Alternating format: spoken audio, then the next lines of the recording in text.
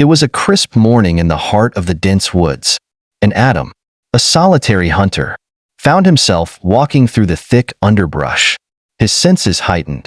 The air was sharp with the scent of pine and earth, but something else lingered in the wind, something that sent a chill down his spine. There was an eerie quiet in the forest that day, a silence so thick that it felt unnatural. The usual sounds of birds chirping, the rustling of leaves in the breeze, were strangely absent.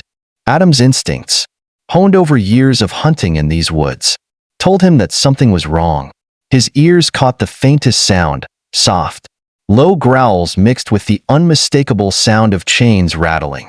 His heart quickened as he moved forward, the fear of the unknown creeping in. But curiosity tugged at him stronger than fear.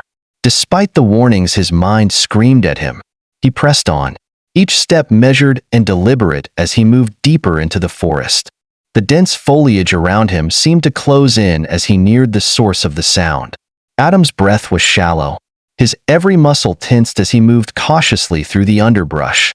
As the seconds passed, the sounds grew louder, and a sense of unease settled over him. It wasn't just the noises, it was the sheer wrongness of it all. He had heard many things in these woods, but nothing like this.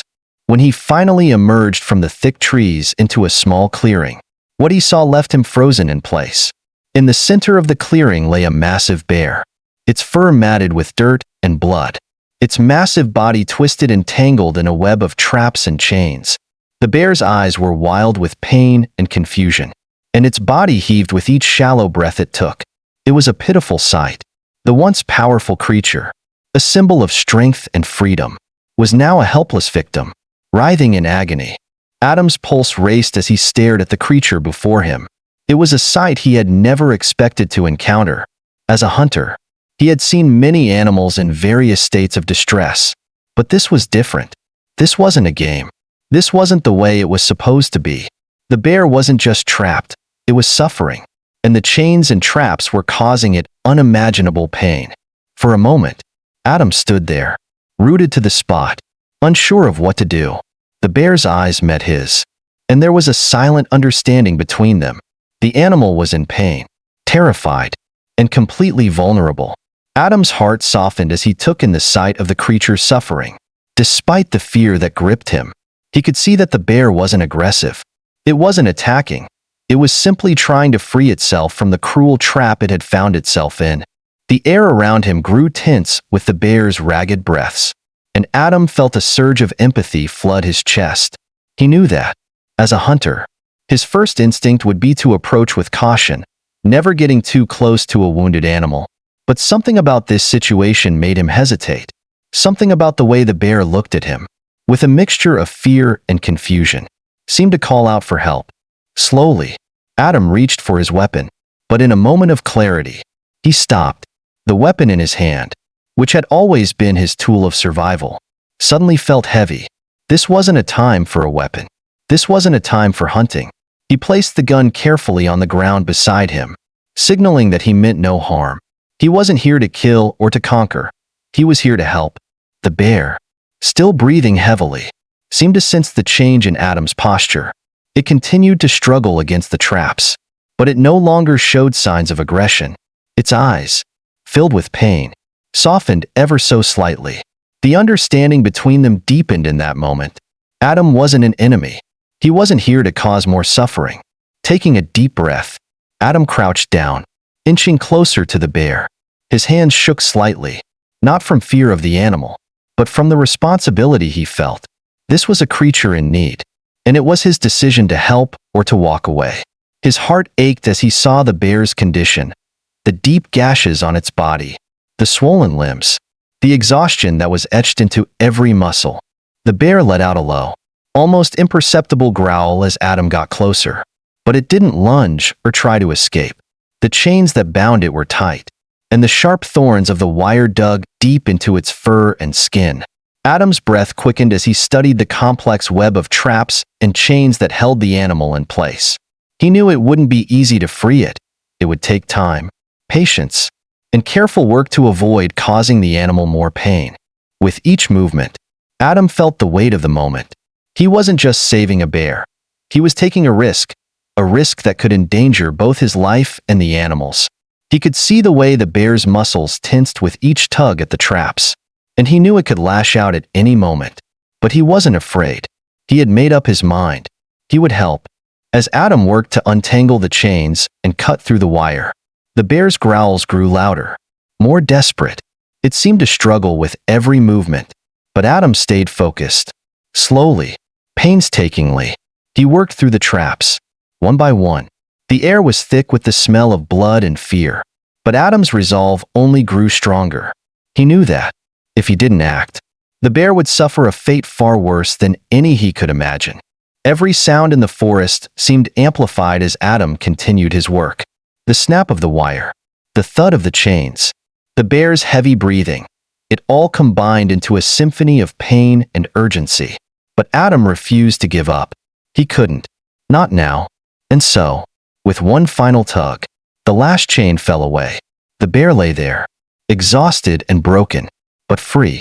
It collapsed onto the ground, its chest heaving with every breath. Adam watched, a mix of relief and sorrow in his heart. The bear's suffering was over, but the scars it carried would remain.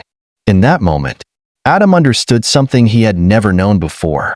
This wasn't just about hunting. This wasn't about survival. This was about compassion, about seeing the world through the eyes of another living being. And as he knelt beside the bear, his heart full of empathy, he knew his life had changed forever. As Adam sat there beside the newly freed bear, his heart raced, but not from fear. It was a feeling of awe, of disbelief, and perhaps even a sense of guilt. He had always been a hunter, accustomed to taking what nature offered. But in this moment, he was facing a different side of nature, one that was about survival, but not at the expense of mercy. The bear, though clearly exhausted and weakened by the ordeal, did not seem to pose a threat anymore. The once fearsome creature was now a broken animal, struggling to regain some semblance of strength. The clearing in the forest was silent, save for the soft rustle of the trees in the wind and the heavy breaths of the bear.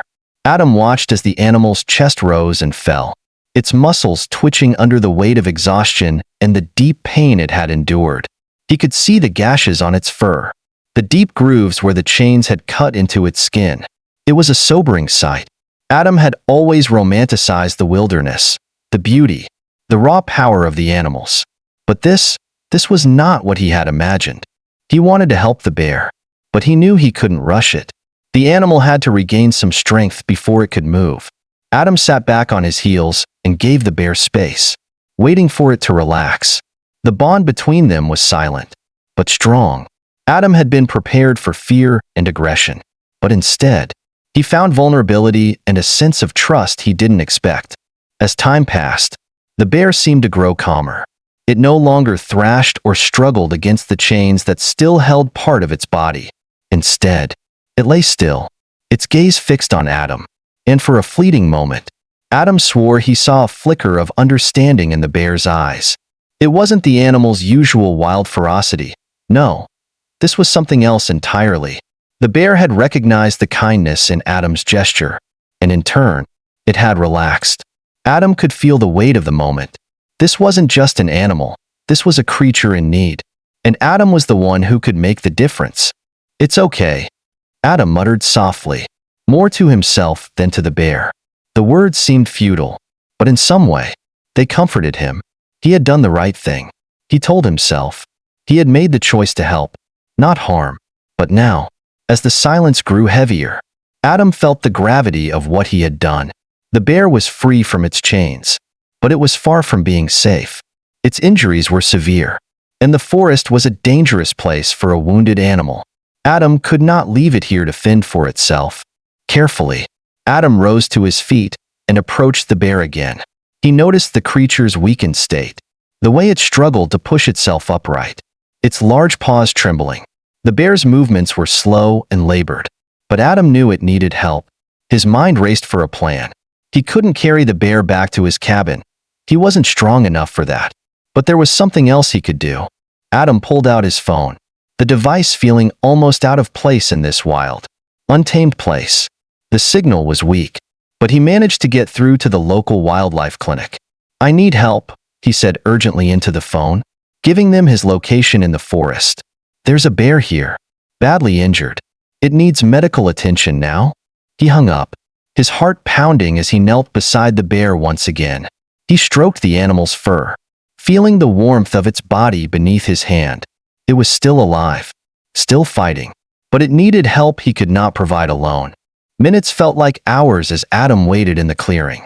The bear's condition remained fragile, but the fact that it was still breathing, still alive, gave him hope.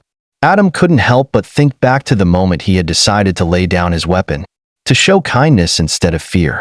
The bear had accepted that, and now, it was giving him a silent form of gratitude. In a way, it felt like they had come to some unspoken agreement. Not long after, a vehicle pulled up to the edge of the forest, its engine breaking the quiet tension that had settled over the clearing. A team from the wildlife clinic arrived, led by a veterinarian named Dr. Mia Harrison. The team, carrying specialized equipment, approached the bear with caution, but there was no fear in their movements. They had done this many times before. Dr. Harrison spoke to Adam in a calm, professional tone. "We'll take it from here. You did the right thing, bringing it in," she said, giving Adam a reassuring smile. The team immediately began assessing the bear's condition, their movements swift and practiced. They used a tranquilizer dart to sedate the bear and prepared to transport it to their clinic.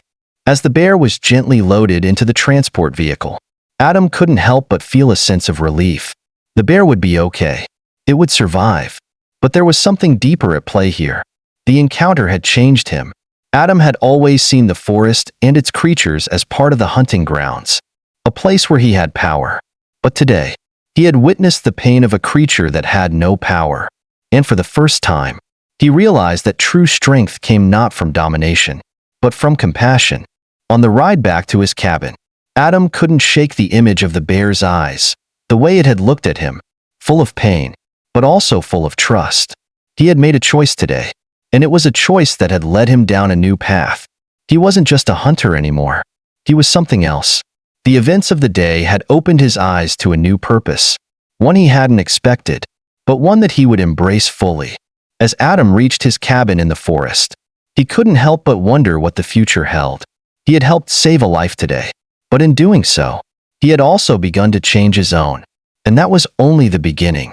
Days passed after the bear's rescue, and Adam found himself unable to focus on much else. The image of the injured creature, its eyes filled with a mixture of trust and vulnerability, haunted him. It wasn't just a fleeting moment in the forest anymore. It had become a turning point in his life. The call to protect rather than hunt was now a persistent whisper in his mind, urging him to change his perspective on the world around him. The bear, now in the care of Dr. Mia Harrison and her team, was slowly recovering. Adam had visited the clinic every day, watching as the bear's strength returned.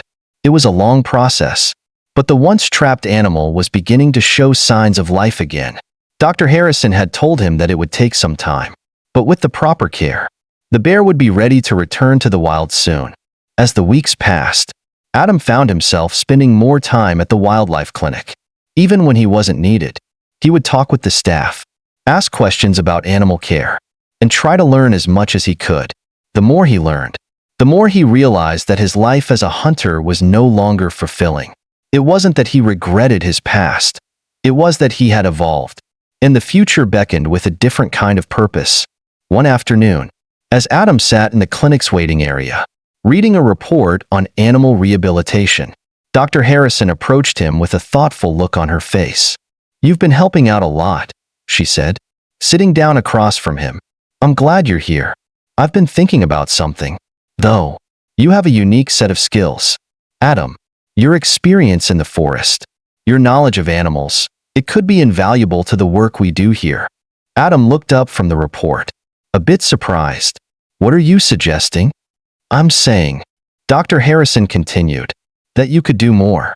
We're always looking for volunteers and field assistants. We need someone who understands the wilderness and can help with animal rescues in the field. You could join our efforts, work alongside us, and help protect the very creatures you once hunted." The proposition was a turning point. Adam thought about it carefully. For so long, he had seen the forest as a place of conquest, a place where he was in control. But now, after his experience with the bear, the forest felt different. It felt like home, like a place where he was meant to protect, not to harm. "I'm in," Adam said with a new resolve in his voice. "I want to help. I want to do more." With that, Adam began his new journey, joining the wildlife protection team. His skills as a hunter, once used for the destruction of life, were now being used to save it. Dr. Harrison showed him the ropes, taking him on wildlife rescue missions, teaching him how to track injured animals, and helping him learn about animal rehabilitation. The bond between Adam and the bear grew deeper over time. When the bear was finally ready to return to the wild, Dr. Harrison and her team organized a special event to release it back into its natural habitat. Adam was there, standing in the clearing of the forest where he had first found the bear. The bear, now strong and healthy again, was brought to the edge of the trees, where it paused for a moment. It looked back at Adam, its eyes filled with a silent understanding. With a final glance, the bear disappeared into the wilderness, its powerful body vanishing into the thick trees of the forest. Adam stood there for a long time, watching the place where the bear had once been. It was a bittersweet moment, filled with both sadness and hope. He had helped this creature, but in doing so, he had also found a new purpose in life. Over the next few months, Adam continued his work with the wildlife clinic. He became an advocate for animal rights, sharing his story and encouraging others to protect wildlife. He spoke at local events, worked with government agencies, and even started his own initiative to build safe havens for injured animals. The community began to take notice of Adam's transformation. The man who had once been known for his skill as a hunter was now a protector of life, a symbol of change and redemption. One evening, as Adam sat in his small cabin near the forest, looking out at the stars, he thought about how far he had come. He had once been a man driven by the thrill of the hunt, by the need to prove himself in the wilderness. But now, the forest wasn't a battleground. It was a sanctuary. The animals weren't targets. They were companions, beings deserving of respect and protection. As Adam reflected on his journey, he realized that the forest had given him more than just a new purpose. It had healed him, just as he had healed the bear. The bond between man and nature was something deep, something that couldn't be easily explained. It was a connection that transcended everything he had once known. The story of the bear was no longer just a chapter in Adam's life. It had become a part of his soul, a reminder of the power of compassion and the importance of protecting those who cannot protect themselves. And so, Adam continued his work, knowing that he had found his true calling. He had become not just a protector of animals, but a bridge between humanity and nature. He knew that the journey ahead would be long and challenging, but with each step, he was closer to making the forest a place of harmony, a place where both humans and animals could coexist in peace. The story of Adam and the bear would live on, not just in the forest, but in the hearts of everyone who heard it, a testament to the power of one person's change and the profound impact it can have on the world.